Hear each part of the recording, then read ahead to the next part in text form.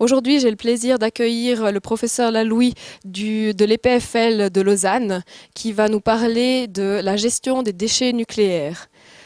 Pour ce faire, il est aussi le directeur du laboratoire souterrain du Grimsel ici en Valais, et c'est pour ça aussi qu'on a que j'ai voulu l'inviter pour nous parler aussi de cet endroit un petit peu méconnu.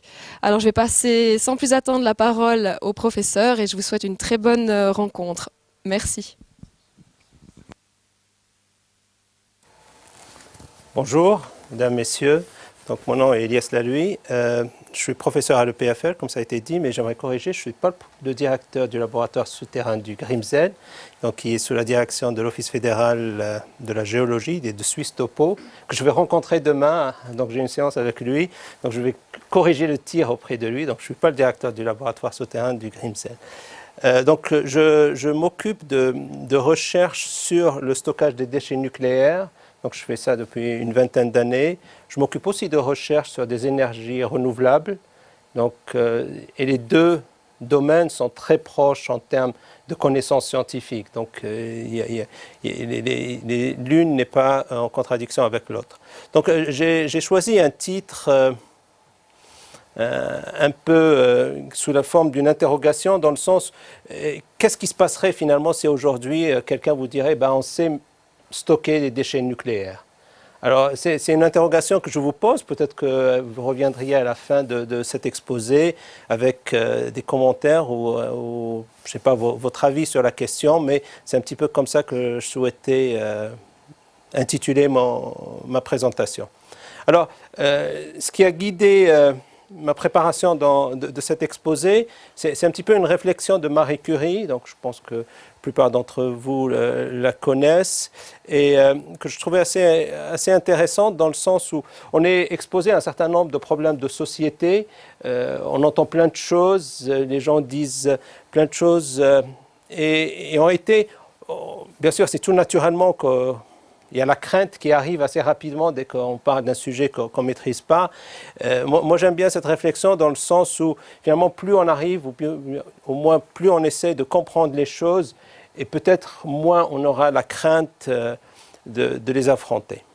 Alors, qu'est-ce qu'il y aurait à comprendre sur ce sujet? Donc, ce sont les points que je vais brièvement traversée, donc je vais vous exposer aujourd'hui. Je commencerai par une brève histoire du nucléaire, finalement, de savoir d'où est-ce qu'on vient, qu'est-ce que c'est le nucléaire, pourquoi finalement on a ces déchets nucléaires, donc ce serait mon second point, comment on les stocke, quels sont les risques liés à ce stockage. Je crois que c'est le point le plus important pour vous, hein, en tant que citoyen, finalement, de savoir de quoi il s'agit.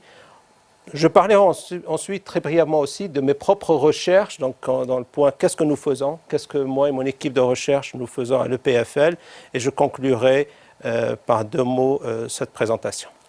Alors, on va faire un petit voyage dans le temps pour remonter au début du nucléaire.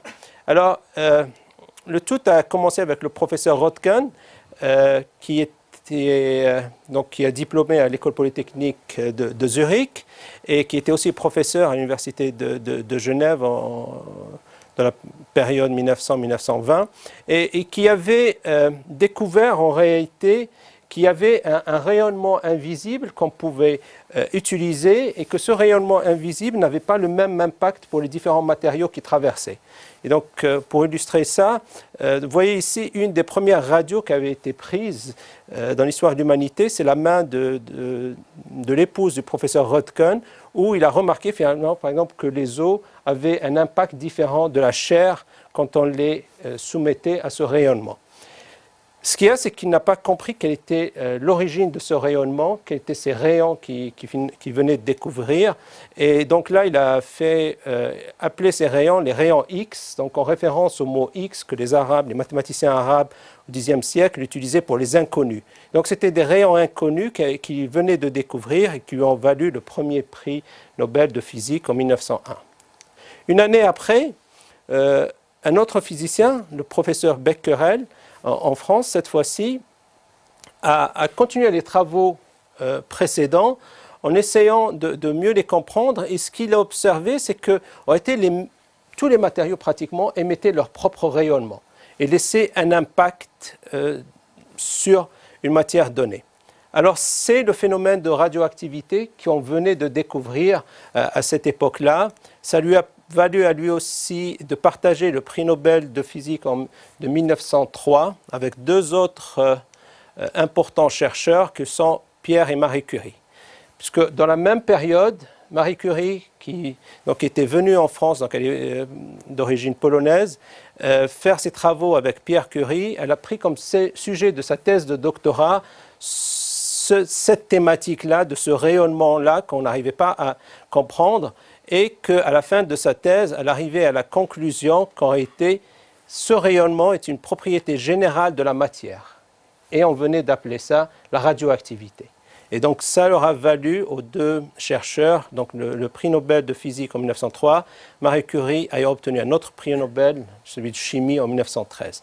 Donc c'est comme ça que naissait la radioactivité, un phénomène naturel qui était une propriété générale des matériaux. Alors ça ne suffit pas, bien sûr, de faire de la radioactivité ce qu'on en fait aujourd'hui. Et c'est la fille à Pierre et Marie Curie, Irène Curie, qui avait épousé un des assistants de Pierre-Marie Curie, Frédéric Joliot, qui, avec son mari, vont être les premiers à créer artificiellement un atome radioactif. Donc c'était le phosphore 30. Donc pour la première fois, l'être humain était capable de créer de la radioactivité. Donc c'était les premiers à pouvoir le faire. Et donc ça leur a donné aussi le prix Nobel de chimie en 1936. Donc ainsi, l'être humain était capable maintenant de créer de la radioactivité. Un autre phénomène très important vient juste après, donc 2 ans après le prix Nobel précédent, c'est Otto Hahn, chercheur allemand, qui va créer la fission. Le processus de fission, c'est le fait quand vous prenez de l'uranium, donc cet atome d'uranium, vous allez le bombarder avec des neutrons. À chaque fois que vous bombardez cet atome d'uranium avec des neutrons, vous allez générer de l'énergie. Vous allez générer de la chaleur.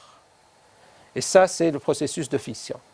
Alors, et là commence à apparaître la notion de déchet nucléaire. À la fin de ce processus de fission, que vous aurez cassé tous ces atomes d'uranium, vous arrivez à une certaine échelle où vous n'arrivez plus à casser la matière. Et donc, il vous reste un résidu. Et ce résidu qui reste, c'est ce qu'on appellera le déchet nucléaire. Donc, pareil, Otto Hahn a eu droit au prix Nobel de chimie en 1944 pour cette découverte de la fission.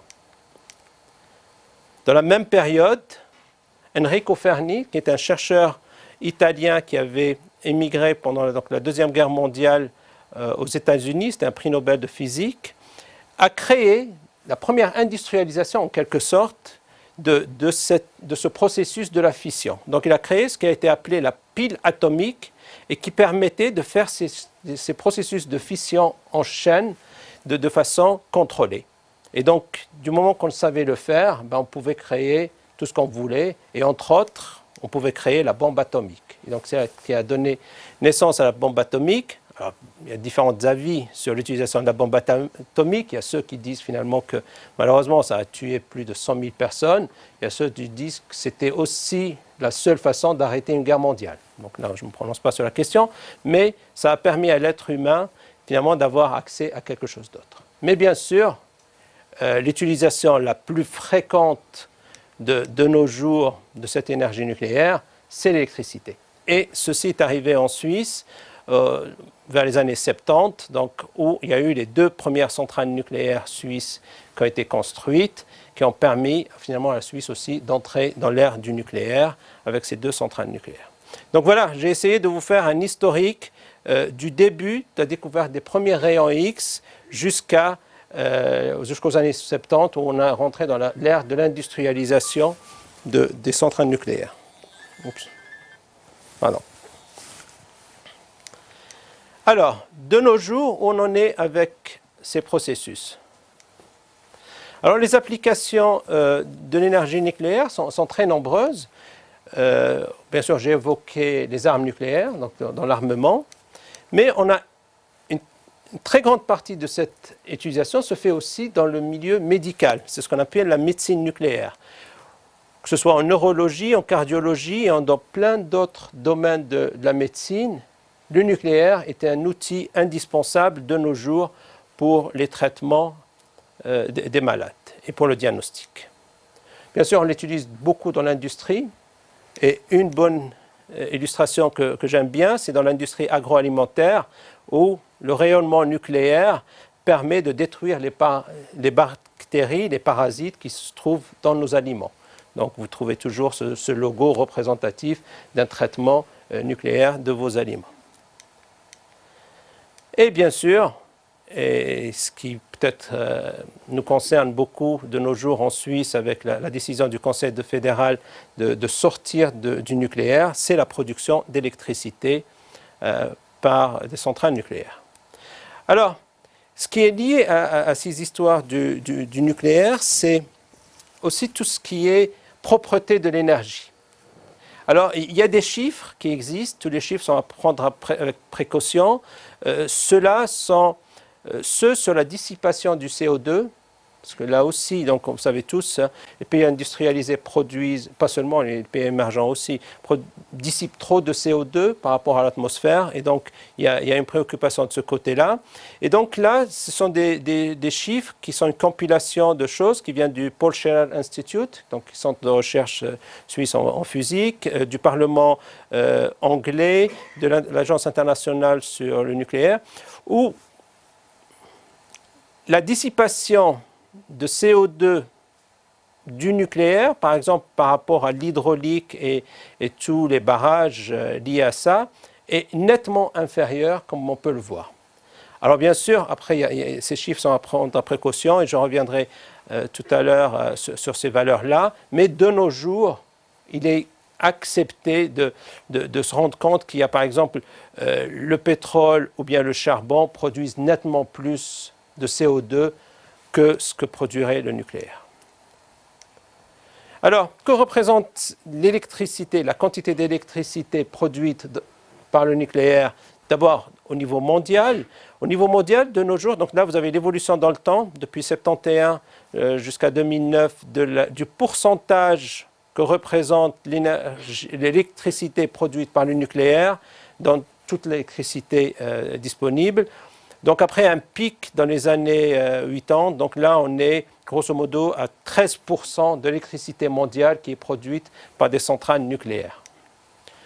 Si on compare ces 13% dont je vous parlais par rapport au charbon qui représente 40%, l'hydraulique 16% et le gaz 20%, donc ça vous donne une idée du poids que représente l'électricité produite par le nucléaire. Pour produire cette électricité, il y a grosso modo dans le monde 450 centrales nucléaires. La plus grande partie de ces centrales se trouve dans les pays industrialisés, les États-Unis, avec plus de 100 centrales nucléaires, la France, une soixantaine, le Japon, avec les cinquantaines de centrales nucléaires que vous connaissez, parce qu'on en parle beaucoup dans les médias, la Russie, et on trouve la Suisse quelque part avec nos 5 centrales nucléaires, finalement, qui est qu'une infime partie par rapport au nombre qui existe, le nombre total qui existe dans le monde. Actuellement, on a plus d'une soixantaine de nouvelles centrales nucléaires qui sont en construction dans le monde. La Chine, avec une très forte implication, donc presque une trentaine, la Russie, on retrouve l'Inde et la Corée. Les États-Unis viennent de décider, après 10 ans d'arrêt, de construire une nouvelle centrale nucléaire. Donc il y a eu l'accord du président Obama il y a 2 semaines de cela. Et donc, même au niveau des États-Unis, il y a une reprise. L'Angleterre aussi, donc elle ne figure pas sur cette statistique, a décidé de renouer avec la construction de centrales nucléaires. Pour ce qui est de l'énergie suisse, les centrales nucléaires représentent à peu près 40% de notre énergie. Je vais vous montrer un autre diagramme pour ça, comparé à ce que représente l'hydraulique. Donc, si on regarde les chiffres de ce point de vue-là, donc on voit les centrales nucléaires avec à peu près 40% de notre électricité comparé à que ce soit les centrales d'accumulation ou les centrales au fil de l'eau qui, elles, complètent l'autre plus importante partie de cette énergie. Alors, on revient maintenant au sujet qui nous intéresse, ce sont les déchets nucléaires. Et finalement, qu'est-ce qu'on en fait et quels sont les risques liés à ces déchets. Alors tout d'abord, juste d'un point de vue d'expliquer de quoi on parle. Donc un déchet, donc, en général, c'est la quantité qui est perdue d'un processus. Donc ça aurait été c'est ce qui reste à la fin d'un processus de fission. Donc on parlait tout à l'heure dans ce processus de fission où on est en train d'attaquer ces atomes d'uranium. À un moment donné, on n'arrive plus à les casser. Et donc quand on n'arrive plus à les casser, ben, il nous reste ce résidu-là. Et ce résidu-là, c'est ce qui représente le déchet nucléaire.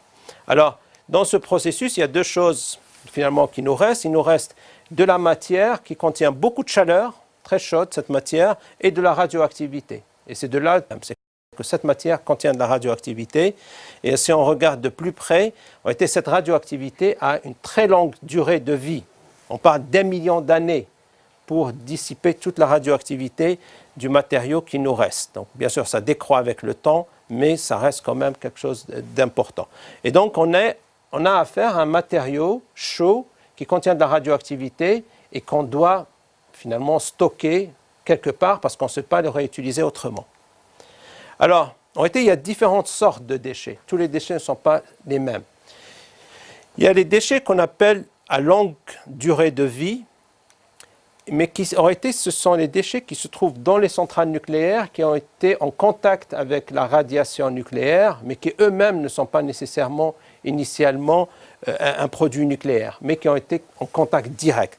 Alors, le concept pour ces déchets-là, et je vous en parlerai tout à l'heure un peu plus en détail, c'est de les stocker à mi-profondeur. Donc, j'expliquerai de quoi il s'agit. On a les déchets radioactifs eux-mêmes, donc c'est des déchets à très longue durée de vie. Eux, on préconise un stockage profond. Et ensuite, on a les déchets à faible radioactivité, par exemple tout ce qui vient des hôpitaux, et là, typiquement, une illustration sont les gants des infirmiers, par exemple, dans les infirmières dans les hôpitaux. Et pour cela, il est préconisé un stockage en surface. En réalité, c'est ce qui se pratique déjà, c'est qu'on fait un stockage en surface. Alors, quelles sont les quantités dont on est en train de parler ici? Alors, pour ce qui concerne la Suisse, la catégorie déchets très haute radioactivité représente 7300 mètres cubes de déchets. Le fait, vous savez tous que le Conseil fédéral a décidé donc de démanteler les centrales nucléaires suisses. Le démantèlement des centrales nucléaires suisses va résulter en 60 000 mètres cubes de déchets. Ensuite, on a les déchets qui viennent de la médecine, de la recherche scientifique et de l'industrie, qui sont à faible radioactivité, qui eux représentent le tiers du tout, c'est-à-dire à peu près 30 000 mètres cubes. Donc le total de nos déchets nucléaires aujourd'hui, plus ceux qui seront le résultat du démantèlement des centrales nucléaires, on parle à peu près de 100 000 mètres cubes de déchets. Ceux qui sont le plus préoccupants, ce sont ces déchets-là qui sont la radioactivité, très longue durée, très haute chaleur, les 7000 mètres cubes. Alors, que représente 7000 mètres cubes? En réalité, 7000 mètres cubes, c'est la taille de ce hall de la gare de Zurich, pour vous donner une idée. Alors, le volume n'est pas nécessairement le seul élément à considérer, il y a aussi l'impact. C'est des déchets qui sont extrêmement nocifs. Mais la quantité, c'est à peu près ça. Tous les déchets mis ensemble, rapportés à la taille de la population suisse, on a grosso modo produit 500 grammes par habitant sur une durée de 50 ans. Voilà, ça vous donne des ordres de grandeur du problème qu'on a à traiter. Donc, toute la question, c'est comment on arrive à gérer ces 7300 mètres cubes de la façon la plus sécurisée. Alors, ça nous amène aux notions de stockage, parce que c'est là où on doit trouver des solutions, comment les stocker, ces déchets. Alors, il y a eu dans l'histoire de l'humanité, donc on est loin de cela, mais c'était juste pour l'anecdote que je vous montre, c'est transparent. Il y a eu par exemple, les Américains ont pensé à une évacuation dans l'espace, donc on les mettrait sur la Lune, on les met sur des fusées, on les envoie. Parce que vous avez vu, les quantités ne sont pas aussi astronomiques que ça. Il y a eu des tentatives, hein, que ce soit les Russes, soit les Anglais, de les mettre dans des fûts et de les mettre dans les fonds marins. Et donc, c'est des choses qu'on ne fait plus maintenant, c'est interdit, donc c'est hors de question. Il y a le stockage superficiel qui se pratique pour les déchets à faible radioactivité. Ça se fait en France, c'est prévu pour la Suisse, mais en France, c'est déjà quelque chose qui se pratique depuis un certain temps, et donc pour les déchets à faible radioactivité, donc ça se fait.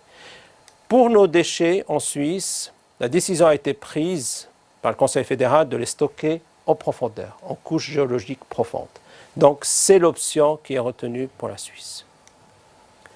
Alors, de quoi il s'agit, ce stockage en couche géologique profonde? Alors, tout d'abord, pourquoi on le fait là?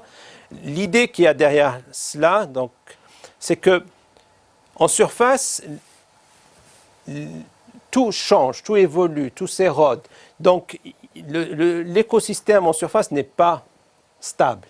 Contrairement à la profondeur, donc dans des couches géologiques, où avec l'évolution du temps, très peu de choses se passent, du moins sur l'échelle à laquelle on veut stocker ces déchets. Donc c'est ça la motivation de les stocker en profondeur, c'est de trouver des couches géologiques qui sont très stables et où on a une certaine assurance que sur la durée de temps qui nous concerne, il n'y a pas beaucoup de choses qui vont se passer, contrairement à ce qui peut se passer en surface. Alors quel est le concept? Le concept, c'est de prendre ces déchets-là et de faire deux stockages différents. Un stockage très profond, de l'ordre de 600 mètres de profondeur dans la roche pour les déchets à haute radioactivité, et pour les déchets à moyenne radioactivité, des stockages à peu près à 200-300 mètres de profondeur. Alors, comment ça fonctionne? Donc, l'idée, c'est qu'on va creuser, style un laboratoire souterrain, mais c'est un site de stockage souterrain qui sera creusé, disons, à 600 mètres de profondeur, dans une roche qui serait très stable. On a des puits d'accès pour amener ces déchets-là, et donc on va les mettre ici dans des... En Suisse, le concept est un concept de stockage horizontal. Donc, il y a d'autres pays comme la France qui ont un concept vertical. Donc, en Suisse, on est plutôt en horizontal. Donc, on a des tunnels horizontaux dans lesquels on va stocker ces déchets. Et on a une zone ici qui est aussi une zone de stockage, mais qui est monitorée. Donc, dans laquelle on va faire toutes les mesures nécessaires pour suivre qu'est-ce qui se passe ici, au cas où il y aurait des problèmes ou des fuites, donc que le processus puisse être récupérable. Il y a aussi des ascenseurs d'accès direct au site. Alors, le concept il repose sur l'idée des poupées russes, dans lesquelles on va emboîter les barrières pour empêcher les radionucléides de sortir. Donc voilà, l'idée c'est que nos déchets nucléaires, ils vont être vitrifiés, donc on va mettre du verre autour d'eux, on va mettre de l'acier autour de cette vitrification. Ensuite, on va les mettre dans le tunnel.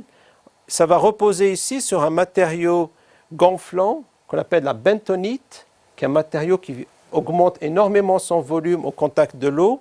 Donc cette bentonite, c'est une bentonite en briques dans le concept suisse, et on a une autre bentonite, c'est le même matériau, sauf que celle-ci, elle est compactée de telle façon que ça constitue le troisième niveau d'isolation. C'est un matériau très gonflant qui empêche le mouvement de l'eau et des radionucléides, et le tout est mis dans une roche très imperméable pour confiner le tout. Donc c'est ce système des poupées russes qui est retenu pour le stockage nucléaire en Suisse. Alors c'est le même stockage en réalité, c'est le même concept qui est retenu dans beaucoup d'autres pays. Donc on ne fait pas cavalier seul et loin de là, et donc vous voyez tous ces pays-là utilisent plus ou moins le même concept. Alors les dernières nouvelles pour la réalisation de ce genre de choses. Donc c'est un communiqué du Conseil fédéral qui date du 1er décembre dernier, dans lequel le Conseil fédéral donne son approbation donc, à ce concept-là et approuve les résultats de la première étape qui est finalement de définir le concept. Et donne comme mission à la NAGRA, qui est l'Agence nationale pour le stockage des déchets nucléaires suisse, de regarder dans 6 sites possibles au niveau suisse, lequel est le plus favorable pour ce stockage de déchets nucléaires. Alors, ici, vous avez une illustration des 6 sites retenus en Suisse et vous avez aussi l'emplacement des centrales nucléaires. Comme vous voyez, il n'y a aucun site qui est en vallée. Donc, ce n'est pas une raison pour s'inquiéter, mais je ne crois pas que les autres doivent s'inquiéter non plus. Mais en réalité, tout se passe en Suisse allemande, surtout proche de la frontière allemande du côté de Zurich.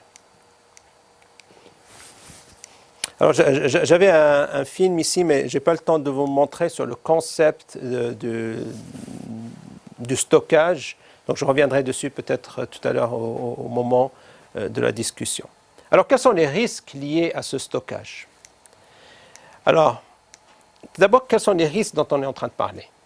Il y a différents types de risques. Le premier risque, ça serait par exemple qu'il y ait un tremblement de terre et donc que notre site de stockage ici se trouve complètement fissuré, des failles apparaissent et que ça se propage en surface. En réalité, ce risque, je dirais, cet aléa-là, a faible chance de se produire en principe parce que le site est choisi de telle sorte que ce ne soit pas un site en principe qui puisse être atteint par ce genre de choses. L'autre risque, ça a été observé par exemple dans le site de stockage américain, le Yucca Mountain, où ici on est à 300 mètres de profondeur, c'est qu'il y ait à un moment donné des infiltrations d'eau qui viendraient circuler ici et qui iraient dans la nappe phréatique et que les gens se retrouvent à boire de l'eau finalement contenant des radionucléides. En principe, ce genre de choses est vraiment évalué à l'avance. Ça ne devrait pas trop se produire. Ça ne devrait pas en être. Les grands problèmes qu'il y a, ce sont des problèmes de stabilité mécanique sous l'effet combiné de la température, de l'hydraulique et de la mécanique. Ce sont des choses pour lesquelles il y a beaucoup de recherches scientifiques en cours, de telle sorte de les maîtriser au mieux qu'on peut. C'est des choses qui sont maîtrisables et de nos jours, je peux dire même, qui sont maîtrisées. Alors, ça c'est d'un point de vue technique, ce que je vous explique ici. Maintenant, quand on évalue le risque n'est pas dans le sens technique ou scientifique. Est-ce qu'un ingénieur est capable de réaliser quelque chose ou pas? L'ingénieur est toujours capable de réaliser la chose. Donc le risque s'évalue en faisant une combinaison linéaire, c'est-à-dire en faisant une multiplication entre la vulnérabilité du problème, c'est-à-dire la quantité de choses dont on est en train de parler, et leur impact, c'est-à-dire la radioactivité, et la probabilité qu'il y ait défaillance technique, par exemple une fuite. Quand on combine ces deux-là, on a une estimation du risque. On arrive avec des chiffres, on va dire voilà, ça c'est la probabilité qu'un accident se produise, ou que le stockage soit sûr, ou que, par exemple, vous prenez votre voiture, vous traversez un tunnel, que le tunnel va s'effondrer sur votre tête. C'est le même concept qu'on a. Ou bien on est là, dans ce bâtiment, quelle est la probabilité qu'il y ait un mouvement de terrain aujourd'hui et que, finalement, on ait un accident. Donc ça, c'est l'estimation technique qui peut être faite du risque. La chose la plus importante dans l'estimation de ce risque, c'est qu'on obtient un chiffre. Mais ce chiffre, qu'est-ce qu'il représente? Et c'est là où c'est assez intéressant que vous arrivez à suivre, parce que c'est l'aspect le plus important sur lequel je voulais insister ici. Il y a la perception qu'on a, nous, du risque qu'on est en train finalement de subir. Alors, il y a différentes perceptions du risque qui existent dans la société. Il y a le risque volontaire, c'est-à-dire les gens prennent le risque par eux-mêmes, et donc il y a une bonne acceptation de ce risque parce que c'est volontariste, on le veut. On veut aller marcher dans la montagne, ben on prend un risque. Donc on est tolérant au fait finalement qu'on peut glisser, qu'on peut se passer des choses. Il y a le risque involontaire où on a une très faible acceptation de la chose. Par exemple, je traverse sur un passage piéton, j'estime que je ne dois absolument pas risquer d'être écrasé. Tolérance zéro. Pourquoi j'ai la tolérance zéro? Parce qu'en réalité, j'ai aucune envie, aucun intérêt dans ce qui se passe. Alors que là, je prends le risque parce que j'ai un intérêt, j'ai une envie que les choses se passent ainsi. Et c'est exactement ce qui se passe avec le nucléaire, comme avec tous les autres problèmes techniques. Il y a les avis des gens qui sont pro-nucléaires. Que dirait un pro-nucléaire? Un pro-nucléaire, il ne faut pas oublier, donc c'est quelqu'un qui va faire un risque volontariste, parce qu'il est dans l'industrie nucléaire, ou bien parce que c'est quelqu'un qui pense que c'est une énergie propre, qui va regarder son porte-monnaie, parce qu'on paye aujourd'hui l'électricité à un certain coût, demain on la paierait à un autre coût, donc il va dire elle est peu coûteuse, elle est nécessaire au développement de l'industrie et au bien-être de la population suisse. Et donc il y a cet aspect-là qui est vu. Donc en soutenant une approche nucléaire, donc parce que c'est un risque volontaire. On le subit parce qu'on est pro-volontaire. Il y a l'autre point de vue qui est celui des anti-nucléaires qui vont dire en réalité, moi j'ai aucun intérêt, moi je veux que quand je traverse, je veux aucun risque, je ne veux pas qu'une voiture vienne me toucher. Pour moi c'est donc le minimum de risque, je ne veux pas en entendre parler, je veux presque un risque zéro. Et donc, on va dire, en réalité cette histoire de CO2 c'est une fable, dans le sens où on sait qu'il y aura de moins en moins de mines d'uranium très enrichies, donc il faudrait aller creuser ailleurs, donc on va fournir plus d'énergie, donc on va dissiper plus de CO2. Dans le sens où on dit qu'il n'y a pas de solution technique pour le stockage des déchets nucléaires, donc tout ça c'est de la foutaise, donc il ne faut pas en tenir compte, que c'est une énergie dangereuse. Et en réalité, les deux ont raison et les deux ont tort, parce que chacun se met de son propre point de vue. Donc comme je vous montrais tout à l'heure, ce sont les perceptions qu'on a de la chose qui font qu'elle est risquée ou pas. Alors, là, c'est la seule chose un peu mathématique que je mets dans mon exposé, qui a été inventé par un mathématicien suisse, bâlois, Daniel Bernoulli, qui était le premier à avoir développé le concept du risque d'un point de vue mathématique. Et on réalisait pour dire que c'est une combinaison linéaire de probabilités d'événements. Tout ça pour dire que l'évaluation d'un risque est une notion très subjective. Et c'est un choix de société, en réalité, de dire que stocker des déchets nucléaires est risqué ou pas, et l'énergie nucléaire est risquée ou pas. C'est un choix de société.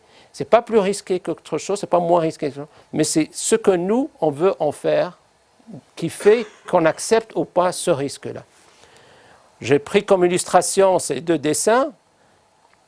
Monter un échafaudage en Chine, vous arrivez en Chine, vous avez des constructions de gratte-ciel, les gens sont sur des échafaudages en bambou, on va se dire mais c'est de la folie, c'est qu'ils font. Nous, si on n'a pas un échafaudage avec cette sûreté-là, on n'en ferait jamais.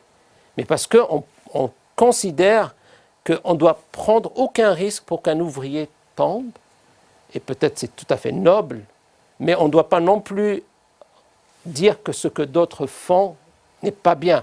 Donc c'est vraiment des choix très personnels, cette estimation du risque.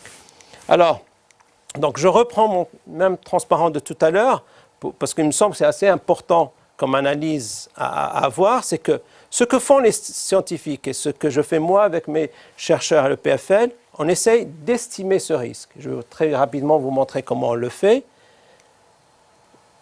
Ce qui compte, c'est qu'il y a aussi vous, comment vous percevez ce risque-là et comment vous êtes prêt à accepter ou pas un certain risque. Et c'est la combinaison des deux qui fait prendre des décisions aux autorités politiques et qui vont dire finalement quel est le degré de tolérance qu'on doit avoir sur une construction ou sur un enfouissement de ces déchets.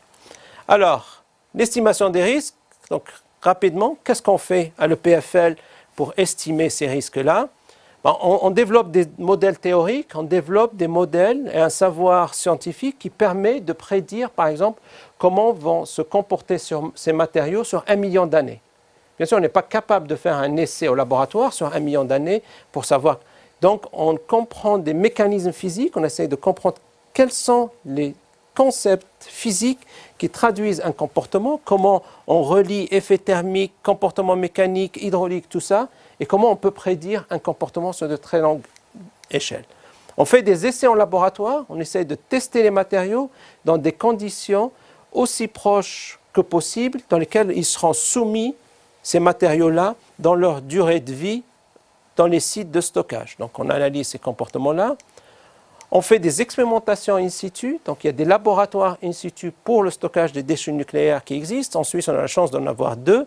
Donc le Grimsel que vous avez mentionné tout à l'heure, et on a aussi le Monterrey dans le Jura, donc, qui sont 2 laboratoires extrêmement utiles pour comprendre comment fonctionne un site de stockage nucléaire. On travaille aussi sur d'autres laboratoires, hein. On travaille avec les Français en Meuse, on travaille avec les Belges à Mol. Donc il existe des sites vraiment pour regarder dans des conditions réelles comment se font ce genre de stockage. On fait de la modélisation numérique, c'est-à-dire on essaie de prédire le comportement à très long terme de ces ouvrages pour savoir vraiment comment un enfouissement peut fonctionner au mieux. Je peux très rapidement vous montrer 2 exemples de ces applications. Donc là, c'est des simulations numériques qu'on fait dans le site souterrain du Grimsel, donc un des 2 laboratoires suisses, dans lequel on regarde dans un tunnel de ce type-là, dans lequel il y aura des fûts nucléaires de ce type-là, comment ce matériau-là va se comporter sur une très longue durée quand il est soumis à des sollicitations extrêmes. Donc on veut s'assurer un maximum de sûreté. Et par exemple, en type de résultat que je vous montrais, ici vous voyez le fût nucléaire, vous voyez la bentonite dont je parlais tout à l'heure, c'est ce matériau qui va gonfler énormément quand il va être en contact avec de l'eau, donc c'est qu'il va créer une première barrière. Ensuite, on a une deuxième barrière qui est la roche dans laquelle se trouve le matériau. Et on a cette dissipation de température qui va générer des fluctuations de pression d'eau qui vont créer des pressions extrêmement fortes sur les tunnels. Et donc on analyse ces différents concepts, sachant par exemple que pour le cas suisse, la bentonite suisse, c'est ma propre équipe de recherche qui a mis au point le matériau qui est conçu pour servir de bentonite, donc de cette barrière ouvragée de premier niveau. Un autre exemple, cette fois-ci on est de laboratoire souterrain à Mol en Belgique, donc sur lequel on mène aussi des études, donc où là il y a 2 puits d'accès comme ça, reliés par un tunnel, et on a des zones de chauffage simulant le stockage nucléaire. Par exemple, dans un cas pareil, donc on a notre site de stockage qui est là, et entre les 2, on a des capteurs qui mesurent différentes grandeurs physiques au cours de la sollicitation thermique, et on compare aussi la qualité de nos prédictions numériques, théoriques, avec ce qui est mesuré sur place. C'est pour créer une confiance dans les outils de prédiction théorique dont on dispose. Par exemple, ce sont le genre de résultats qu'on peut obtenir, par exemple l'effet de la dissipation de la température, et peut-être plus important, comment les pressions se développent au cours du temps. Là, par exemple, vous voyez, c'est 1 année, 1 mois, donc c'est des mois et des années, et comment ça se développe dans le milieu. Donc ce sont des illustrations pour vous donner une idée du type d'analyse qu'on réalise. Alors pour conclure, j'ai 2 points que j'aimerais mentionner. C'est que d'un point de vue scientifique et technique, la réalisation d'un stockage de déchets nucléaires est maîtrisée, comme le sont plein d'autres sujets de l'ingénierie. Ce n'est pas plus compliqué qu'autre chose, ce n'est pas moins compliqué, mais c'est quelque chose qui est tout à fait maîtrisé. Le risque qui est associé à ça, donc quand je parle maîtrisé, donc je parle de cet aspect qui est la probabilité de fuite, par exemple pour l'exemple que je donnais tout à l'heure. À cela, il y a quelle est la matière dont on est en train de parler. Donc on parle de déchets nucléaires qui sont extrêmement nocifs. Donc c'est le produit des 2 qui vous intéresse le plus, qui est finalement quel est le risque. Et pour cela, je pense que le risque est une notion associée à chacun d'entre nous, est une notion de citoyenneté, et c'est un choix de société de savoir finalement quel est le prix qu'on est prêt à payer ou quel est le risque qu'on est prêt à accepter pour une telle réalisation. Voilà, je vous remercie de votre attention, et si vous avez des questions, je suis à votre disposition.